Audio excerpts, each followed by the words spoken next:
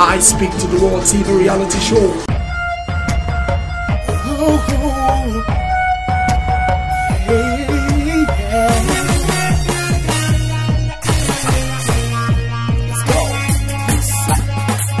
I speak to the world, speak to the world, I speak to the world.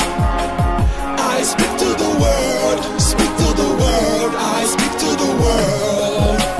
I Speak to the World TV reality show. Speakers are those who chart a new course for their generation. Simply by speaking, you will define your place in the world. This is I Speak to the World TV reality show, and I am B.D. Phillips, your host. I Speak to the World TV reality show.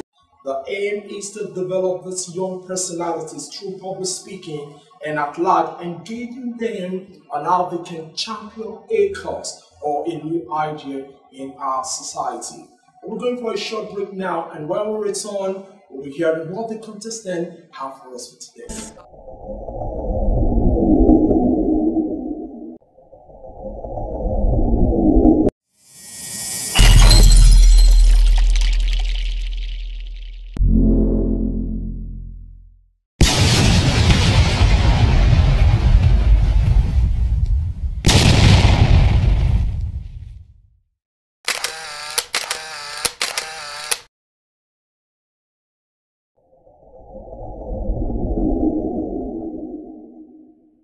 Good day, my fellow citizens. Today, all of us do our friendly same and our celebration in another part of the country and the world. Comfort, glory, and love to live and liberty. Out of the express of our extraordinary human disaster that led step to them, but we want a society of which we need to be proud of. Our identities as an ordinary Nigerian must produce an active Nigerian reality that reflects human belief, strengthens its complex mobility, the human soul, and sustain all our efforts and glorious life. Thank you, and God bless you. I Speak to the World TV reality show. Fellow citizens, I stand here today, humbled by the task before us, grateful for the trust you bestowed, and mindful of the sacrifices borne by our ancestors. I thank President Jonathan for his service to our nation, as well as the generosity and cooperation he has shown throughout his transition. 6 Nigerians have now taken the presidential oath. The world has spoken admits the rising tides of prosperity and the still waters of life. Yet so, every so often, the world has spoken amidst the gradual clouds and the raging storm. And at this moment, Nigeria has carried on simply not because of the skill or vision of those in the high office, but because we, the people, have remained true to the ideal of our forebears and faithful to our founding documents. So it has been, and so it must be with this generation of Nigerians. That we're in the midst of a crisis is well understood. Our nation is at war at a far-reaching network of violence and hatred, a consequence of greed and irresponsibility on the part of some, but also our collective failure as a people to put hard choices down and provide the nation for a new age. Home shades have been lost, jobs shed, and businesses shuttered. And every day brings further evidence as the way we use our strength endures, advances, and threatens our planet. These are subject to statistics. Less measurable but no less profound is the sapping of fear across our nation. It's the sapping of fear that Nigeria's decline is inevitable and that the next generation is lower in sight. Today I say to you, the challenges we face are real, they are serious and they are many. They will not be met easily in a short span of time, but know this Nigeria, they will be met. On this day we have gathered because we have chosen hope over fear, unity of purpose over conflict and discord. On this day we have gathered to proclaim an end to the false promises, the petty grievances, the recriminations, and the worn-out dogmas that for far too long have strangled our politics.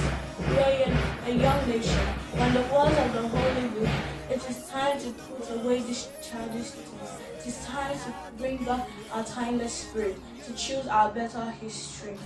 It is the honored idea passed down from the father and mother to the child. It is the God-given truth that we are all equal, we are all free, and everyone must have a chance to seek happiness in full measure.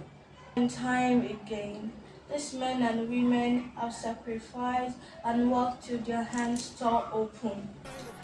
They saw Nigeria as bigger than all our individual youth added up together, greater than all differences of birth, wealth, and social group. This is a path we continue to travel on today. We remain the most successful nation on earth. Our workers produce no less than when the crisis began. Our minds are no less able to invent, and our goods are no less necessary than they were last week or last month or last year. But our power supply has not decreased.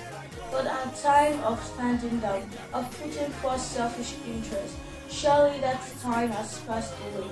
Beginning from today, let us pick up ourselves, dust off ourselves, and begin again the making of Nigeria. We are reconstructing and rebuilding the greatness of our nation, but as we know, greatness isn't given, it is earned. Our history has never been one of shortcuts or settling for the less. It is not the path of the weak-hearted, those who want to play instead of war, those who seek only the comfort of richness and popularity. Instead, we should honor the risk-takers, those who do the makers of things. Many of them are celebrated, but most of them are still hidden in their labor. For us, they took their few material belongings and traveled across oceans. For us, they worked in low-paying factories and settled in the West. For us, they were beaten by the slave masters and they fought and died in places like Kaduna, Borno, Lagos, and Ibadan. For everywhere we look, there is work to be done. The condition of our economy calls for something to be done brief and quick. We'll act not only to create new jobs, but a new environment. We'll feed the computer line, build bridges and roads to connect us with each other. We'll return technology's wonder and raise healthcare and lower its cost. We'll harness the sun and the wind to fuel up our cars and run our factories. We'll create schools, colleges, and universities to meet the demand of the nation. All this we can do, and all this we will do. Thank you, and God bless Nigeria. I Speak to the World TV reality show.